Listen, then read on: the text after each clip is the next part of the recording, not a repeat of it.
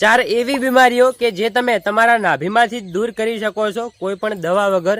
તો હા યાર, જે લોકોને ડાયાબિટીસની સમસ્યા હોય એવા લોકોએ જે તુલસીનું તેલ આવે છે એ તુલસીનું તેલ એમના નાભીની અંદર લગાવવાનું છે।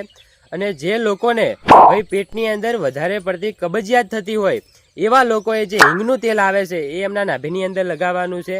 અને જે લોકોને આંખની રોશની ઓછી પડતી હોય એટલે કે આંખોની અંદર દુખાવો થતો હોય, આંખો કમજોર હોય એવા લોકોએ જે શુદ્ધ ગાયનું દેશી ઘી આવે છે એ ઘી લગાવવાનું છે નાભીની અંદર।